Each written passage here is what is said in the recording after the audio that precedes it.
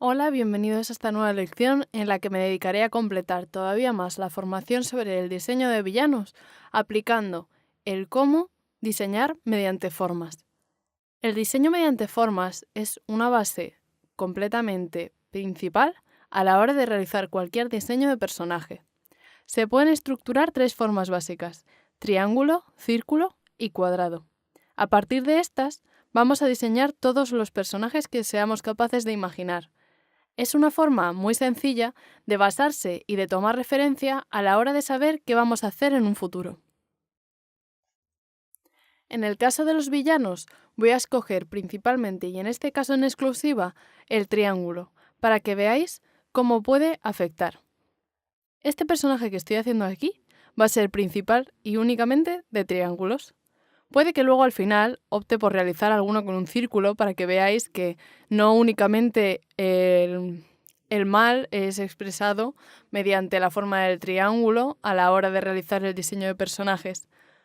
Podemos encontrar diferentes personajes que están basados en triángulos cuando estamos pensando en figuras de animación. Como por ejemplo en Hotel Transilvania vemos que el Conde Drácula es exclusivamente hecho mediante triángulos.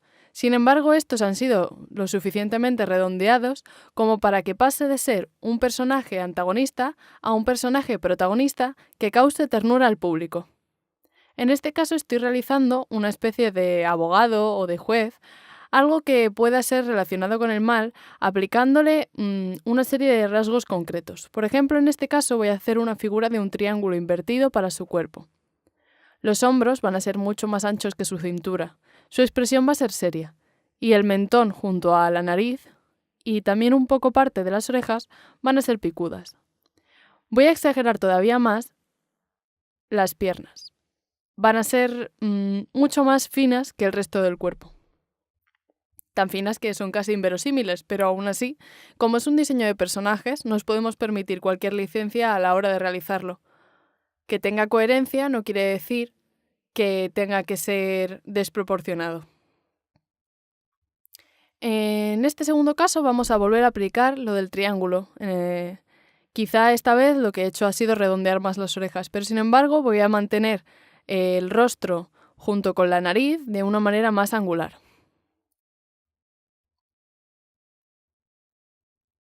Este segundo personaje lo voy a basar como si fuera una especie de científico malvado.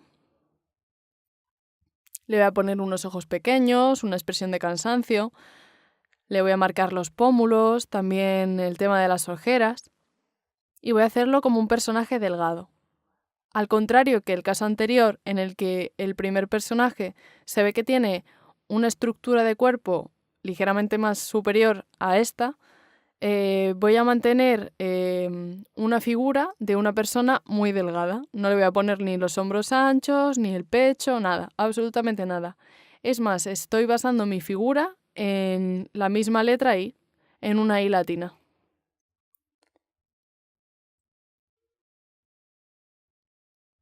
Voy a aplicarle esta posición ahora quizá de brazos cruzados para enfatizar todavía más la negatividad que quiero que transmita la figura. Como os dije en lecciones anteriores, para que encaje con el resto solo basta con rescalarlo y situarlo al lado del resto de los personajes para que casen mejor. El tercer caso que voy a aplicar es el de una femme fatal. ¿El triángulo dónde se va a encontrar? Pues vamos a partir del pelo. En el caso de la nariz, lo que voy a hacer es que sea puntiaguda, pero no necesariamente por ser una villana, como antes estábamos diciendo, tiene por qué ser fea y tener arrugas y etcétera. O sea, tiene que presentar a una villana dependiendo de lo que sea. Si es una bruja, obviamente podéis hacer una bruja guapa o una bruja fea, pero en el caso de la femme fatal, el juego que tiene es que ellas causan el mal moviendo a su antojo a los hombres o a las mujeres, ayudándose de su atractivo físico. En este caso, he hecho a esta mujer pues sujetando una copa de vino o algo así para que quede como mucho más elegante.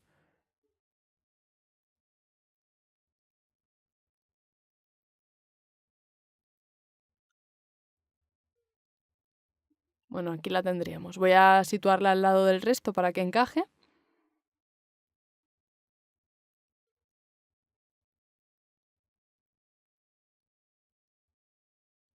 Bien. Y bueno, en último lugar, nos vamos a encontrar con la figura redonda de la que os estaba hablando. En este último caso voy a hacer a un hombre basándome en círculos. Va a ser un villano, pero no va a estar principalmente compuesto por triángulos.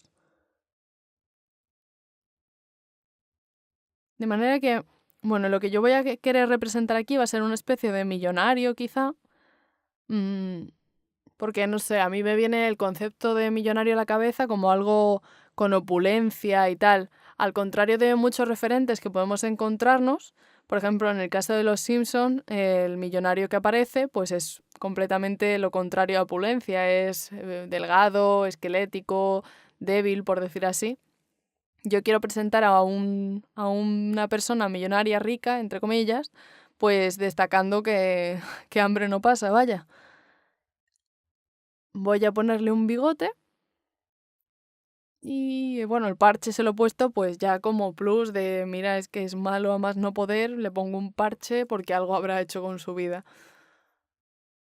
Alguien la habrá atacado, lo que sea. Ya es cuestión de la imaginación que vosotros queráis poner a vuestro diseño de personaje. Incluso si os inventáis una historia previamente a la hora de establecer qué es lo que queréis hacer, pues mejora todavía más la situación porque ya te pones en contexto de qué profesión tiene, qué le ha pasado para que decida ser malo, para que de pronto pues comience a ejercer el mal, para que cambie sus gustos, etcétera. Bueno, como veis aquí, ya estoy terminando esto. Lo siguiente que voy a hacer va a ser intentarlo y aprovechar más o menos que estoy aún tocando el punto del tema de la creación de estos personajes y lo que viene aquí a valer su personalidad para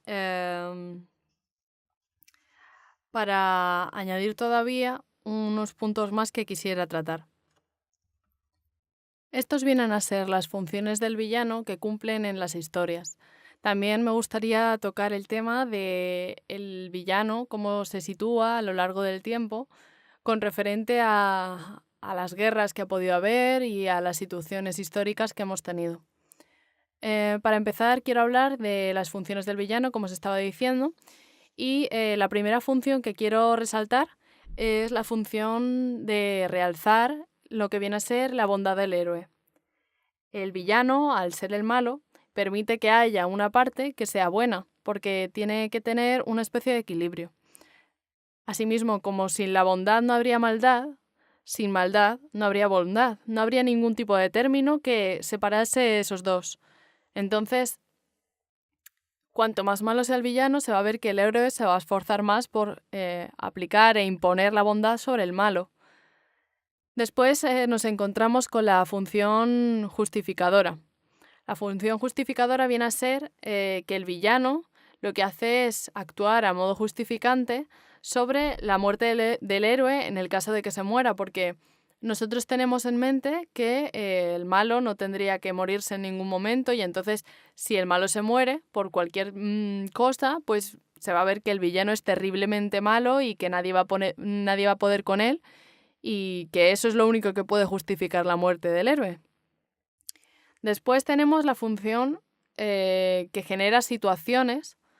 Entonces, el villano, su función es crear esos momentos en los que el héroe tiene que demostrar todavía su capacidad para combatir el mal. Sin esos puntos de tensión y de agobio y de peligro, pues entonces no habría ningún momento de batalla ni de pelea en los que el héroe sale victorioso. Después, tenemos la función de enfocar el odio hacia un personaje en concreto. De esta manera, el odio va hacia el villano siempre.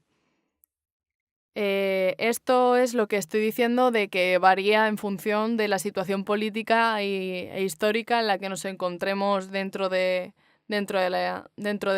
nuestra historia, valga la redundancia otra vez, madre mía.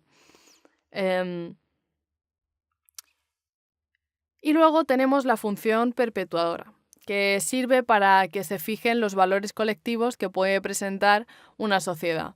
Si a nosotros de pequeños nos dicen que nos tenemos que portar bien, que no tenemos que ser malos, que tenemos que portarnos bien con nuestros amigos, nuestros compañeros, nuestros padres, que nos inculcan una serie de valores que al fin y al cabo son de la sociedad entera, y de esta manera pues nosotros podemos discernir dependiendo de nuestra opinión también está, pero podemos distinguir aparte lo que viene a ser el mal del bien, porque sabemos que no se tiene que pegar, que no se tiene que robar, etcétera, etcétera.